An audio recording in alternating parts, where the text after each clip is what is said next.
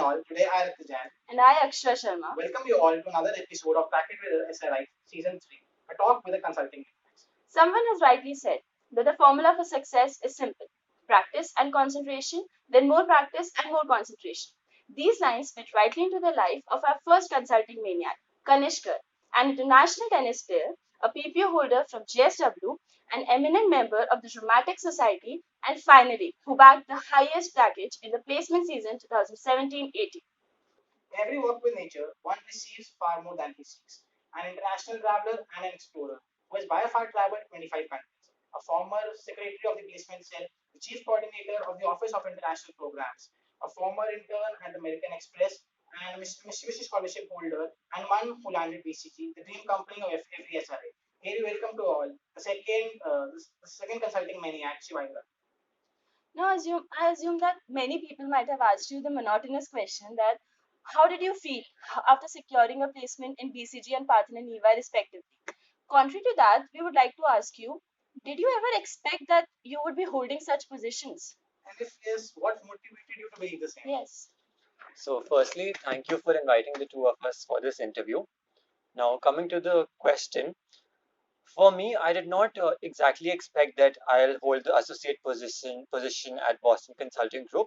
But yes, after looking at the consulting industry in my second year and getting to know placements more, the industry in itself fascinated me a lot, and it came as a kind of a calling, this whole industry, because it resonates a lot with my personality, of traveling, of meeting diverse sets of people, and doing a diverse job that involves going around and solving problems of businesses and leaving an impact. So yes, the job profile itself motivated me to work and strive for it. I think for me, it was a time when for example, in my internship, it was actually based on a business problem that the company was facing. So it was a consultancy project that I had to do, and that was the time when I got to know about what consultancy is and how consultants work. So after that, I slowly started developing interest in this field. I then contacted my seniors and had a word with a lot of people who actually have a good idea about what is this thing that I'm getting into. So that is the time when I really got motivated to pursue this as my future and give it a shot here. Okay, so now we've often heard that everyone talks about the result, but never the struggle. So can you make us go through the journey of being two second year students to being placed in companies of your own choice? Well, this journey, I wouldn't term it as a struggle, but it was a nice experience wherein this journey started from interacting with your seniors, getting to know how they have settled in their jobs, or do they even like it, what the exact job profile is consulting as fancy as it sounds in the job descriptions or in the company PPTs, and then identifying whether you yourself would be fit for that particular role or not. Moreover, it was a journey of self exploration where you got to know yourself better, you got to know your strengths and your weaknesses, and within this journey you improved upon your weaknesses and further strengthened what you were good at. So I think you might have realized that the companies that you're currently placed in is the dream company of many. So could you let the viewers know that what was the placement process of these companies? So yeah, definitely. So I think I'll start with Yeah. my process first. So in Parthenon, in my year specifically, the process was a little different to what happens generally. So generally, it's a 2-day process in which they have multiple rounds, starting from guesstimates to cases to the final HR round. But in my particular case, the process was over more than a month, and I had 6 rounds in it. So they tested me, I think, on each and every aspect. So my first round was a guesstimate, typical guesstimate or market sizing. Then in my second round, I had a profitability case.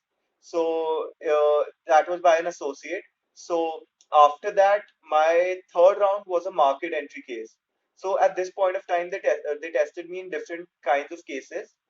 After these 3 rounds, the few short selected people were called to Mumbai, and they had their final partner round and another case round. So in the case round that I had there, it was an actual case that was solved by Parthenon. So it was based on some education firm and a private equity firm, and they related it to the Syrian refugee crisis. So that was my case there, and another guesstimate was there, and my final round was with the partner. So with the partner, I had a video conferencing. He was based out of London, so it was a proper HR round. So a 20-minute HR round where he asked me about different aspects. So this was the entire process that Parthenon followed, and I think BCG was like it wasn't, I guess, exactly the same, right? Yeah, but it was a similar process. Now, BCG came to SRCC after a pretty long time. For the last 2 years, it did not recruit from SRCC. This year, they did come, and the first stage was a CV shortlisting round, wherein they shortlisted 36 CVs. Then we had a written test image 1 week after that. In that written test, they judged us on our quantitative skills and our aptitude. After the written test, they further shortlisted 17 students. Now, these 17 students underwent a buddy program for a period of 1 month, wherein a buddy, that is an employee of the company, who is from the same background as you are. In our case, all buddies were from SRCC. These buddies would actually train you for the interview, help you solve cases and guesstimates, and tell you areas where you should improve, and also tell you more about the company. Now we had a buddy program for 1 month. After the buddy program, we had the interviews. There were 2 to 5 rounds of every candidate. The first few rounds were with the project leader or the principal of the company, and the final 2 rounds or 1 round was with the partner of the company. And they judge you, yes, on a lot of skills, mainly your guesstimate and case solving abilities, but they also do focus a lot on your personality and what is known as your HR and behavioral section. And for example, my last round, it was not a typical round wherein the interviewer would sit on one side of the table and the interviewee on the other side. This partner actually came to me and he said, "Come, let's walk around the office, and that's how I'll take your interview." So he gave me a tour of the whole BCG office, and that's how we solved the case. And he asked me the typical interview question. So that was a very interesting experience for me. So, following on to the placement processes, do you still remember what was going on in your mind while you were entering the interview room and what was going on when you moved out? So, if possible, can you guide us through this bitterly sweet journey? Uh, So, as I mentioned, so few of my rounds were like my initial rounds were on call and Skype. So at that point of time, before the call, I was just nervous, simply nervous. But I had in my mind that once the interview starts, you get in that particular zone where you're just thinking about the business problem, and you're just getting to know the interviewer. So I think once the interview starts, it is very important for you to get comfortable, because that is only when you will be able to think properly for answering anything.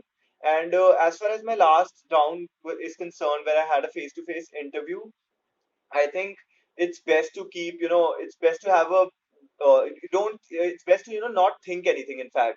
So while I was entering the room, I was trying to have a blank mind where I can I'm not thinking anything. It's like a blank state. So whatever comes in, whatever he asks, I can openly think about it. So that was something which I try to focus on and make sure that this happens. As Kanish said, it's very important to have a calm demeanor and a calm, you must be composed before the interview. So, what I used to do before every interview, I used to tell myself that, look, Shivai, whatever you have done over the past 2 or 3 months has been enough. You have worked a lot, you have been focused, and now just give everything that you can within the next 30 minutes. And the result will not be in your hands. So, why should you worry about it? Just give your best, and then let's hope for the best. So, no matter how calm you are, I think there is a moment in an interview where you sometimes feel like, oh my God, I might have just lost this job. Was there this point in your interview, in a BCG interview? Yes, reflecting on my interviews, I do feel there was such a point. So, in my second interview, it was a guesstimate based interview where I had to calculate the market size of the e commerce industry in India. So, since it was a guesstimate, it automatically involved a lot of mathematical calculations, and we have to do it mentally. Calculators are not allowed in an interview. So, everything was going fine. My calculations were fine. Suddenly, at a point, I had to subtract 15 from 100, and I gave the answer as 67. And the interviewer immediately pointed that out. And she said, "Oh, it should be 85." Wonder how they still gave you the job. that's the point. I thought that okay, I'm done now, but well, I got the job. So, contrary to that, Kanishk, was there a point in your interviews when you thought, yes, this job is mine? Oh, I think I wasn't that lucky to have that feeling, but yeah, I guess in one of the round, so the second round, since my case wasn't like the way I was solving it, I wasn't that happy. But at the end, there's a small, there's a 1 or 2 minute talk with the interviewer where he, tells you if you want to ask anything about like if is there any question in your mind. So at that point of time, the comfort level that was created with the interviewer that gave me an impression that yeah, this interview wasn't that bad. So it is very important to actually analyze how your interviewer is interacting with you. So I think that happened in my second round when I had that feeling that I'm gonna clear this round for sure. So we want to tell our viewers that Shivaye is a former intern at American Express and Kanishk is a former intern at JSW. So we would like to ask them that how was your experience at these internships and how do these corporate internships help you build your personality and help you get the jobs that you're currently placed in? You get to know a lot of new people who are not the same age as you are, and you're working with them. Further, it helps you move out of the box and out of your comfort zone.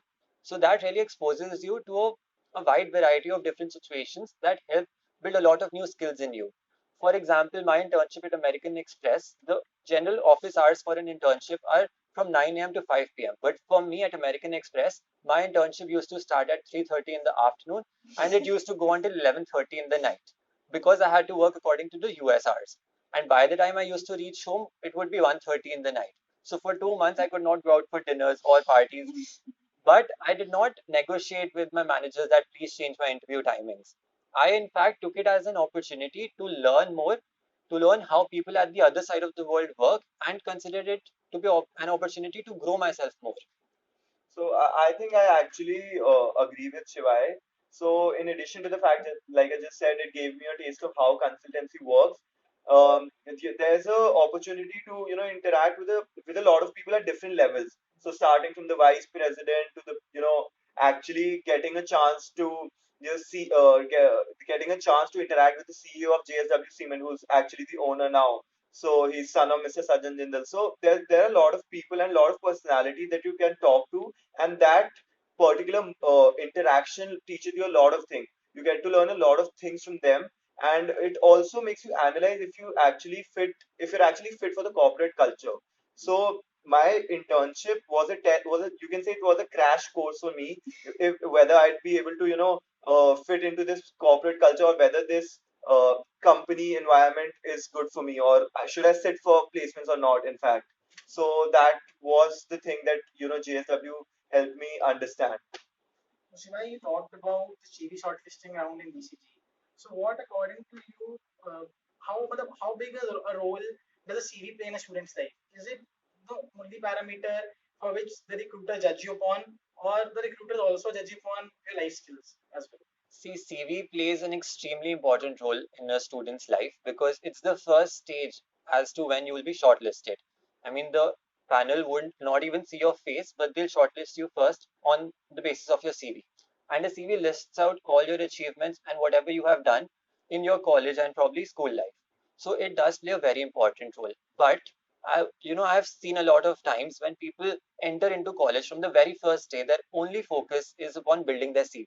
They get into this rat race and just try to do stuff, try to take up initiatives only for the purpose of their CV and not because it interests them. And that is very wrong, I feel. You should never let go of your passion, rather, make your passion enter into your CV. If you would happen to look at my CV, half of my CV is filled with traveling around places, international exposure and other stuff that say that I am a traveler, and try to merge your CV and passion. And yes, the interview does judge you on a lot of life skills because after the CV shortlist, it is your interviews, and during the interviews, they will only judge you on on your body language, how you give out your answers, and what kind of a person you are. So only focusing on your CV is not an advice that I would like to give to others. My advice for the students who will be sitting for next year for placements, and not only placements in general, would be to be yourself. Don't try to be someone who you're not. A lot of people do the same thing, enter into the same societies in college, or do the internships that their seniors have done and probably have got the good job. But don't do that. Do what you really love, identify your weaknesses right now, and try improving onto that. Do not compare yourself to other people. There will come a point in time in this college, especially, and that can happen every day where you feel incompetent. And when you see others doing a lot of courses and getting good internships, but don't let that affect you. Understand that you're special in your own way, and just take that special thing out and make that thing that distinguishes you from everyone else. Yeah, I think you've covered like most of it. Just look for your calling. If you think that you're suitable for that particular thing and that thing is suitable for you, then just go for it. I don't think you should, think of anything else then. So that is something that I'll tell my juniors here. Very truly said. So sometimes you need a good fall to know where you truly stand. So our next question is to you, Kanish. But in these last 3 amazing years in SR, were there any such failures or setbacks that you think helped you throughout this, helped you build your personality? I think I was lucky enough to not have any such failure. But I think one setback, that I faced was when I realized the importance of marks. So, generally people tend to say, or your seniors even say that marks don't matter. But in my third year, I actually realized that marks do have a, certain impact or certain weightage when it comes to placements. So, speaking from my personal experience, I think in all the categories I was at a very good level, but when it came to marks I wasn't the best, or in fact I wasn't even above average. So that was the reason why I wasn't shortlisted for a few companies. And if I had my senior, someone who had told me that you should also focus on your marks, I think I would have maintained a better CGPA. So I think for the juniors I'll definitely say that a good CGPA definitely helps. Here we would like to inform our the viewers that both Kanishk and Shivaye are really good friends. So as we all know, Are we? we all know that you solved the case studies together. So how does two questions basically that how does solving these case studies help you in your interviews, and what role does a good friend play in securing these interviews? So it's very important to have a case buddy, someone who you can solve cases with, because ideally, if you have been shortlisted for a company, you should at least solve 2 to 3 cases every day. And you need someone who you can solve it with, and the other person should give you an honest feedback.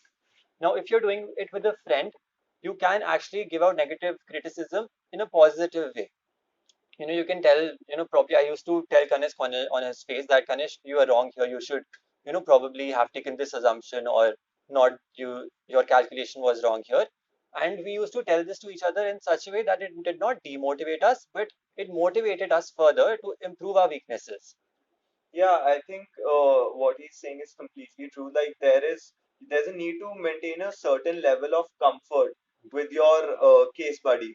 Then only you'll be able to properly give them proper feedback, as well as make sure that whatever you're saying, that the other person also understands it and not only just gets demotivated. So at that, for particularly for case solving, I think if you're close friends, or if rather than doing it with someone who you don't know that well, it's preferable if you do it with your close friend. Kanish, we know that you're very passionate about dramatics and sports. So basically, how where does these things have a place in your heart? For me personally, it helped me showcase my creative side, my how I'm a disciplined person, how I can work in a team, which is very important when it comes specifically to consultancy. So all these small skill sets were, I think, developed because of my passion for sports and dramatics. So I think it played a very essential role in my entire in me, getting being developed as a person, as well as my entire placement process. Following on to that, Shiva, as we know that traveling is your passion. So being an avid traveler, doesn't a 9 to 5 job actually scare you? Uh, No, see, consulting is not a 9 to 5 job. Let me yeah, it's clear not a that. 9 to 5 job. It's a Please twenty four clear seven that. job. Please clear that misconception. It's not a 9 to 5 job. And yeah, as I had said in the beginning of my interview, consulting really resonated with my personality. See, consulting involves a lot of travel. you have to go to your client site, and the client site can be located anywhere in India or in the world. So you have to visit a lot of new places on a daily basis. You have to take a lot of flights. I was reading a fact that one consultant on an average takes 100 flights in 1 year. So you can imagine how much traveling is involved. So that is something I really like. And probably just clubbing it with my holidays, I can also explore the place that Yes. I'll be going to. So I feel that it'll be a nice experience as I'll meet a diverse set of people. And that's the beauty of traveling, meeting people and getting to know new things. If a person is willing to sit for consulting, how would you advise him to prepare for it? Is there any company specific preparation that is needed? So, if someone is actually looking at a career in consulting, I would not recommend them to start actively preparing in their first or second year. Probably in their first or second year, they can just understand what consulting industry is all about and what the top companies are and what the companies exactly do.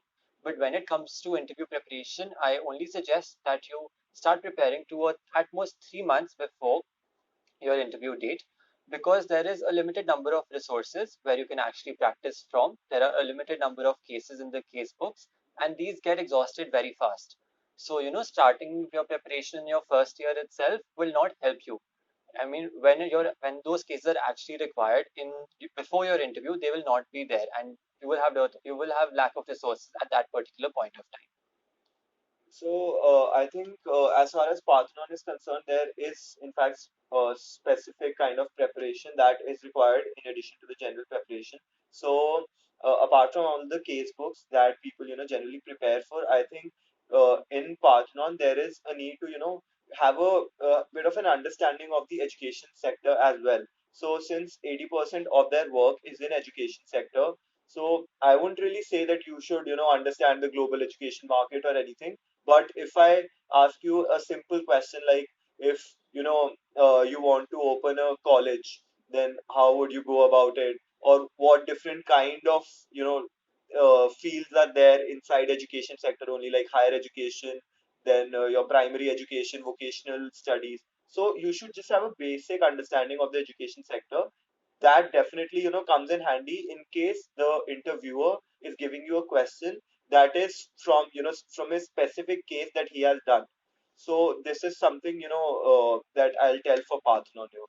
So yeah, I mean, coming to company specific preparations, understand what Mm-hmm. sectors does the company consult in. If there is a particular sector, for example, in the case of Parthenon and also for LET consulting, Yeah. understand that sector more and how you can segment that sector and in what particular areas of that sector does the company consult in.